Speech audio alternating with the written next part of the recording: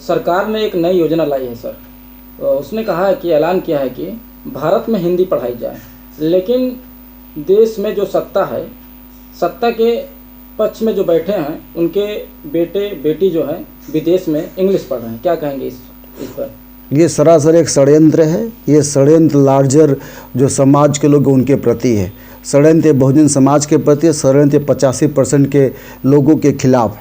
जो आपने बात कही कि भारत देश के जो तथाकथित अपर कास्ट या अपर क्लास के लोग हैं, जिनके बच्चे भारत के बाहर विदेश में रहते, कैम्ब्रिज, ऑक्सफोर्ड, रटलेज में पढ़ाई कर रहे हैं, और उन्हीं के पिता ये कहते घूम रहे हैं कि देश में हिंदी भाषा में पढ़ाई होनी चाहिए। मैं बार बार कह रहा हूँ कि पहले भी कहते हैं कि एक षड्यंत्र है और बहुजन समाज के प्रति षड्यंत्र। क्यों षड्यंत्र है? हिंदी इंग्लिश की जो भाषा है वो एक लिबरेशन की भाषा है, एक मुक्ति की भाषा है। और ये बात कुल मैं पहला व्यक्ति नहीं हूँ जो इस बात को उठाया जा रहा हूँ। संविधान सभा में जब लैंग्वेज की बहस चली थी, तब डॉक्टर B.R. अम्बेडकर से लेके जगजीवन राम और तमिलनाडु से रिप्रेजेंट करे मुत्तुस्वामी के माध्यम से बात कही जा रही थी कि इंग्लिश को अपने देश की राष्ट्रीय भाषा की घोषित करना चाहिए। खैर उस वक्त ये बात विफल हो गई, लेकिन बाबा साहब अम्बेडकर ने अपने राइटिंग में ये बात लिखी है कि जो शिक्षा शेरनी का दूध है, इस संदर्भ में उन्होंने ये बात कही थी कि अंग्रेजी भाषा शिक्षा शेरनी का दूध है। जबकि बहुत से हमारे समाज के लोग ये गलत समझते हैं, लोग ये मान लेते हैं कि शिक्षा शेरनी का दूध है। नहीं, बाबा साहब ने ये बात ये नहीं कही थी। बाबा साहब ने ये बात कही थी कि अंग्रेजी भाषा की जो भाषा है वो शिक्षा अंग्रेजी शिक्षा शेरनी का दूध है। तो हर दलित को, हर ओबीसी को, हर माइनॉरिटी के लोग या हर पिछड़े, हर गरीब व्यक्ति को यह लैंग्वेज सीखनी चाहिए ताकि वो अपने लाइफ को लिबरेट कर सके। मसलन पूरी दुनिया के तमाम एग्जाम्पल आपके सामने पड़े हैं। जिन लोगों ने अंग्रेजी भाषा को अपनाया वो निश्चित रूप तरक्की। खुद अपर कास्ट को देखिए, आप दूसरी की बात तो छोड़िए, जो लोग ये आप जो गाल पीट रहे हैं ना कि अंग्रेजी भाषा नहीं हिंदी पढ़ना चाहिए, उन्हीं से पूछिए कि क्यों इंग्लिश उन्हें सीखने गए। क्यों यहाँ के जो बीजेपी के लोग या कांग्रेस के लोग इंग्लिश भाषा क्यों सीखने चले गए? क्यों सत्ता के लोग इंग्लिश सीखने की बात कर रहे हैं? क्यों इंग्लिश सीखने की बात करते हैं? तो कहने का तात्पर्य वो इंग्लिश इसलिए सीखते हैं कि जब अंग्रेज भारत में आए तो उन्होंने अपनी इस लैंग्वेज को अपना लिया।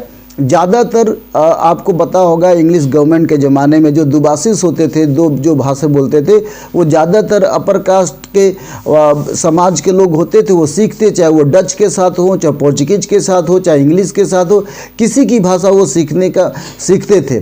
और आज हमें वो कर रहे हैं कि जब हमारी एक जनरेशन, पहली जनरेशन कह सकते हैं, जब एजुकेशन में आई है, यूनिवर्सिटीज़ में आई है, तब ये कहा जा रहा है कि नहीं साहब आप हिंदी बोलिए, हिंदी हमारी बोलने की ज़रूरत है क्योंकि हिंदी हमारी राष्ट्रभाषा है।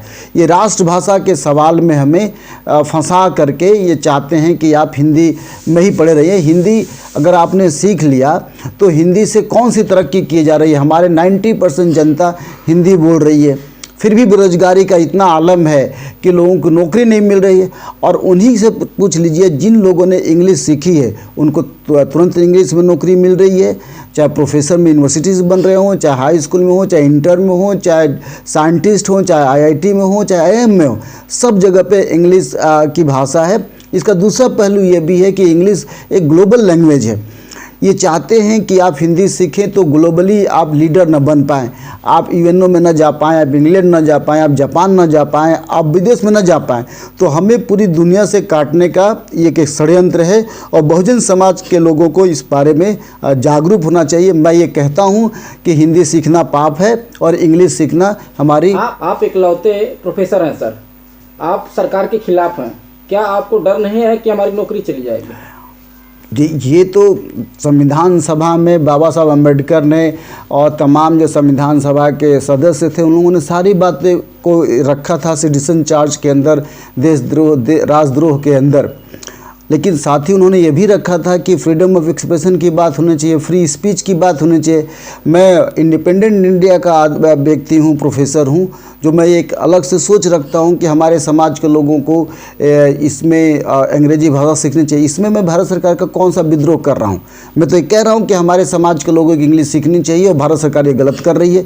अगर ये माना जाए कि मैं भारत सरकार के इस मुद्दे को अगेंस्ट हूँ और इसे देशद्रोह माना जाए तो मैं मानता हूँ मैं देशद्रोही हूँ। लगातार दलितों पे अत्याचार किया जाता है। आप तो दलित प्रोफेसर हैं जी। आप पे एनएसए भी लगा सकते हैं, आपको निलंबित भी कर सकते हैं, तो जी। क्या कहेंगे सर इस पर? एक सवाल। अब हमारे समाज के लिए बाबा साहब से लेके तमाम हमारे देश के साहू जी महाराज, ज्योतिराव फुले, जिज्ञासु महाराज, जयपाल मुंडा जी, तमाम लोगों ने इस देश में अपने समाज के लोगों के लिए गोलियां खाई हैं, जेल गए हैं, अत्याचार सहे हैं। उसी कड़ी में मुझे भी समझ लीजिए कि यदि अगर सरकार सोचती है कि अंग्रेज़ी भाषा का मैं सपोर्ट कर रहा हूँ और ये देशद्रोही मुद्दा है, तो हम अपने समाज के लिए देशद्रोह कहलाना पसंद करेंगे, हम अपने समाज के लिए जेल जाना पसंद करेंगे। हमारे समाज में कि अगर एनएसए लगाती है तो उसको कबूल करना पसंद करेंगे। संवैधानिक दायरे के माध्यम से हम इस केस को लड़ेंगे, पैरवी करेंगे, सुप्रीम कोर्ट जाएंगे, हाई कोर्ट जाएंगे, जहां हमारी ताकत है। लेकिन मैं हिंदी भाषा के खिलाफ हूँ और अंग्रेजी भाषा के समर्थन में हूँ। पूरी यूनिवर्सिटी आपको पागल कहती है, तो क्या सीधा टक्कर ले रहे हैं आप प्रधानमंत्री से? अब प्रधानमंत्री, या मैं ये कहूँ कि गवर्नेंस है, प्रधानमंत्री इस गवर्नेंस के एक हिस्सा हैं और बात टक्कर की नहीं है, बात विचारधारा की है।